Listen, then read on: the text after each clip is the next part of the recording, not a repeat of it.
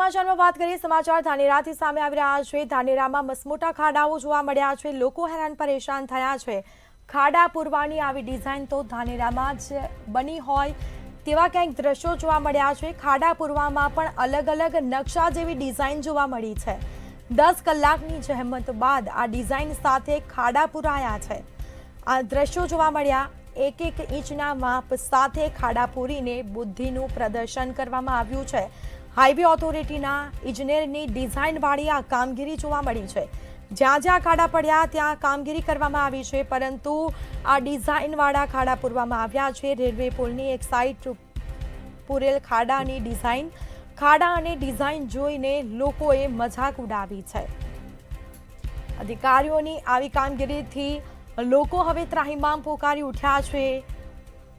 બુદ્ધિનું પ્રદર્શન કરવામાં આવ્યું છે। 1 ઇંચના માપ સાથે ખાડા પૂરીને બુદ્ધિનું પ્રદર્શન જોવા મળ્યું છે।